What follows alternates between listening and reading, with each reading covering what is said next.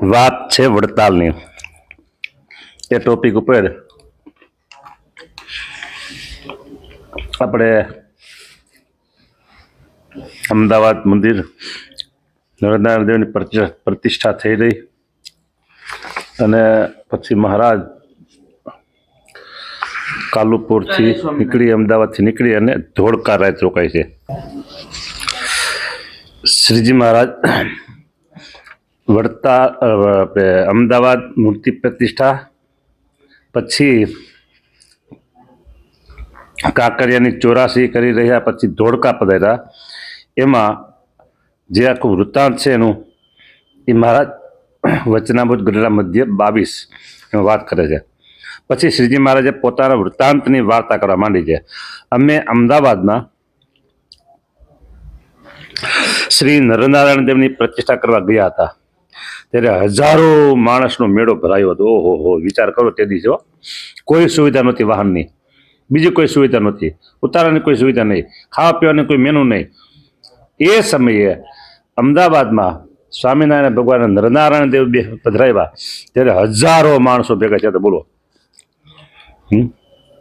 ખુદ સ્વામિનારાયણ ભગવાન બોલે છે. બીજા કોઈને લખેલું હોય તો આપણે થાય કંઈ ને કંઈ ગમપડા મેળાય છે. એમાં તો સ્વામિનારાયણ ભગવાનની હાજરીમાં જે ઉત્સવ મેળાવાળો થયો એ વાત પોતે જ કરે છે. હજારો માણસનો મેળો ભરાયો હતો. પછી જ્યારે શ્રી નરનારાયણ દેવની પ્રતિષ્ઠા થઈ રહી અને અમદાવાદના બ્રાહ્મણો 84 જમી રહ્યા, પછી અમે સાબદા થઈને ચાલી નીકળ્યા. તે જેતલપુરમાં જઈને રાત રહ્યા. પછી ત્યાં જઈને એવો વિચાર કરવા માંડ્યો છે, જેટલા માણસ દેખાશે, જેટલી પ્રવૃત્તિ દેખી છે તેને ટાળી નાખવી. જે માણસ દેખાના હતા, પ્રવૃત્તિ કરી હતી, બધી વિસારી દેવાની, ટાળી નાખવાનું, વિસારી નાખવાનું, ભૂલી જવાનું, કાંઈ હતું કર્યું જ નથી ભાઈ એમ. પછી તેને વિસાર્યાને અર્થે હૈયામાં અતિશય દુઃખ થયું.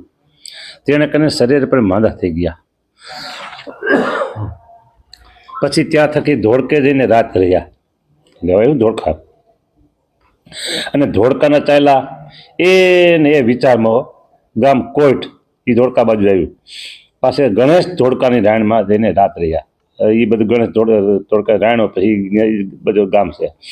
તે વિચાર એવો કરવા માંડ્યો છે, દેહની સ્મૃતિ રહી નહીં. પછી વિચારતા સર્વે પ્રવૃત્તિને વિસારી મેલી ને જેવા અમે કાંકરીએ તળાવ ઉતરાણ હતા ને જેવો પણ મેળો પણ ભરાયો નહોતો ને ત્યારે કોઈ જાતનો ઘાટ નહોતો, તેવી રીતે સર્વ ઘાટ ટાળી નાખ્યા. અને જ્યારે લૌકિક ઘાટ મટી ગયા ત્યારે અંતરદ્રષ્ટિ રહેવા માંડી. પછી અલૌકિક આશ્ચર્ય દેખાવા માંડ્યા અને દેવતા સંબંધી જે ભોગ છે તે દેખાવા માંડ્યા. અને અનંત પ્રકારના વિમાન, અનંત પ્રકારની અપ્સરા ને અનંત પ્રકારના વસ્ત્ર, અનંત પ્રકારના અલંકાર, કે જેમ અહીં મૃત્યુલોકને વિશે છે તેમ જ ત્યાં દેખાવા માંડી ગયો. પણ અમારા અંતરમાં તો એક ભગવાન વિના બીજું કાંઈ ગમ્યું નહીં. જેમ અહીંના પંચ વિશેને અમે અમને તુચ્છ ભાષા, તેમાં અમારું મન લોભાવું નહીં.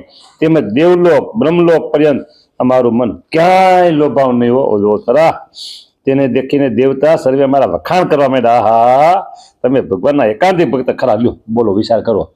દેવતાઓ ભગવાનને કેટલા ઓળખા, એકાંતિક ભગત ખરાબ, આટલું જ લો. પરમ એકાંત કીધું હતું એ વાંધો નહોતો. હા, આ તો ખાલી એકાંતિક ભક્ત ખરાબ કે આટલું ઓળખાયો બિચારો. એનું ગજુ કેટલું, એ ગજા પ્રમાણે ઓળખાવે છે, એમાં કંઈ ખોટું નથી.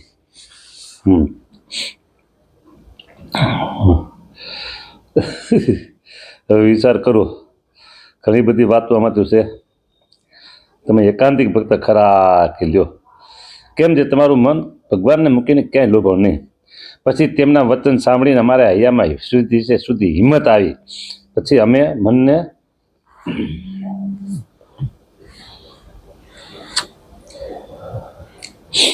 મનને કહ્યું છે કે તેવું હું જાણું છું, તે કહ્યું છે તારું જેવું રૂપ છે તેવું હું જાણું છું. જો ભગવાન વિના બીજા પદાર્થનો ઘાટ ઘડ્યો તો તારા ભૂક્કા કરી નાખીશ. તેમજ બુદ્ધિને કહ્યું છે ભગવાન વિના બીજો નિશ્ચય કર્યો તો તારી વાત છે. તેમજ ચિત્તને કહ્યું છે ભગવાન વિના બીજું ચિંતન કર્યું તો તારા પણ ભૂક્કા કરી નાખીશ. ખબરદાર. હા, ખબરદાર શબ્દ આમ નથી લખ્યો, એ તો હું બોલ્યો, પણ આ ભૂક્કા કરી નાખે આમ લખેલી વચના. તેમ અહંકારને કહ્યું છે ભગવાનના દાસત્વપણા વિના બીજું અભિમાન કર્યું તો